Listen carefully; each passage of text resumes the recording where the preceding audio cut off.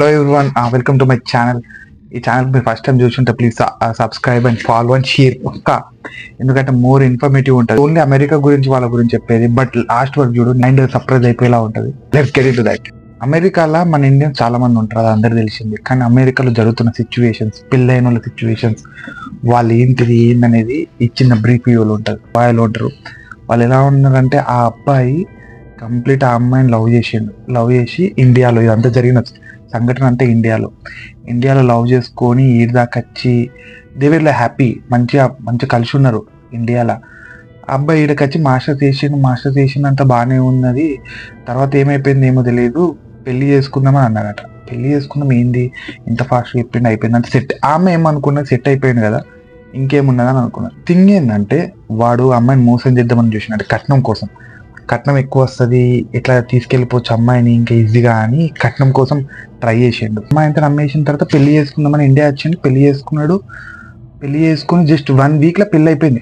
1 వీక్లో పెళ్లి అయిపోయింది. కట్నం గురించి మాట్లాడుకున్నారు, వాళ్ళు ఓకే అయిపోయింది, అమ్మాయి హ్యాపీగా ఉంటుంది అనుకున్నారు. సరే అని ఆడ వెళ్ళిపోయిండు. కట్నం ట్రాన్స్ఫర్ అయిపోయిన తర్వాత వీసా వేస్తా అని 6 months టార్చర్ చేసిండు ఆ అమ్మాయిని. అంటే టార్చర్ చేసినంత ఆమెకు కూడా తెలియదు. ఆమెకి ఏమనుకుంటుంది, అమెరికాలో కష్టం ఉంటుంది, మా వాడు వెళ్ళిండు కదా, వీసా ప్రాసెస్ అంత కష్టంగా ఉంటుంది, చలో ఈ లాంగ్ డిస్టెన్స్ రిలేషన్షిప్లో ఉందామని అనుకున్నది. బట్ థింగ్ ఏంటంటే వాడు కావాలని వీసా డిలే చేసిండు. తర్వాత ఏమైంది, తర్వాత వీసా లాస్ట్లో వేసిండు. ఇంట్లో ప్రెజర్ ఎక్కువ అయిపోయినాయి, ఏం తీసుకెళ్తావా లేదా అట్లా ఇట్లా అని ప్రెజర్ చాలా అయిపోతే లాస్ట్ ఓకే అని వీసా వేయించిన తర్వాత వీడికి వచ్చిన తర్వాత అమ్మాయిని రాణి లెక్క చూసుకున్నాడు. ఓన్లీ ఫర్ 3 months దాకా చూసుకున్న తర్వాత ఇక మెల్లగా గొడవలు స్టార్ట్ చేసిండు. అమ్మాయి గురించి వాళ్ళకున్న ఇక్కడ ఇండియన్ కమ్యూనిటీలో బ్యాడ్గా చెప్పడం, ఎన్నెన్నో గలీజ్ మాటల గురించి, ఇట్లా అఫైర్లు ఉన్నాయని, ఈడ లవ్ చేసిన అమ్మాయిని అఫైర్లు ఉన్నాయని చెప్పిండట ఇక్కడ ఇండియన్ కమ్యూనిటీ. వాళ్ళు ఏమంతా ఫిక్స్ అయిపోతారు, అరే ఈ అమ్మాయి ఇట్లా బ్యాడ్ అని. ముందే అమెరికన్స్లా అంటేనే ఒక డిఫరెంట్ మెంటాలిటీ ఉంటుంది మన ఇండియన్స్కి.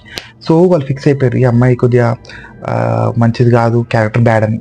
తర్వాత ఏమైందంటే ఆ విషయం తెలిసిన తర్వాత ఆమెకి తెలిసిపోయింది, ఇట్లా నా గురించి మాట్లాడుకుంటారు.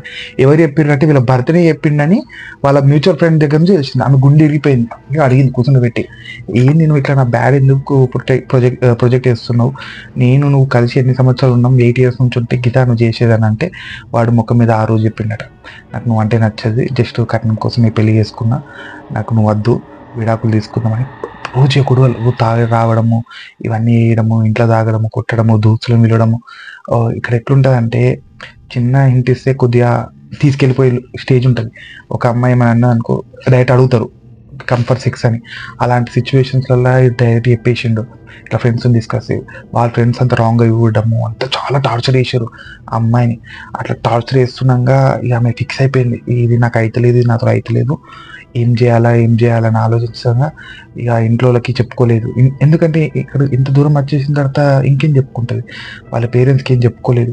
చాలా మెంటల్ ప్రెషర్ ఫీల్ అయ్యి అవన్నీ చేసుకోగా లాస్ట్కి వాళ్ళ ఇంట్లోకి తెలిసింది, వాళ్ళ ఎవరు ఈ పిల్ల తరపు నుంచి ఉన్న వాళ్ళ ఇంట్లో తెలిసింది, ఎందుకు ఇంత ప్రెజర్ అది అవుతున్నావు, ఇట్లా గొడవలు అవుతున్నాయి అని తెలిసిన తర్వాత డివోర్స్కి అప్లై చేస్తున్నప్పుడు కూడా వాడు ఎంత రూడ్గా ఉన్నాడంటే లిటరల్గా అమ్మాయిని చంపేద్దామన్నంత కోపం మీద ఉన్నాడట. థింగ్ ఏంటంటే ఇక్కడ అమెరికాలో ఒక్కసారి డివోర్స్ తీసుకుంటే అబ్బాయి ఆస్తి నుంచి వెళ్ళిపోవాలి, ఇంకా ప్రతి నెల ఇంత పంపాలి అమెరికా రూల్స్ అండ్ రెగ్యులేషన్స్ ప్రకారం. కానీ ఎందుకంటే ఇండియాలో పెళ్లి చేసుకున్నాడు కానీ ఇక్కడ డివోర్స్ తీసుకుంటున్నాడు. So it going to be something problematic. అది ఊహించలేడు.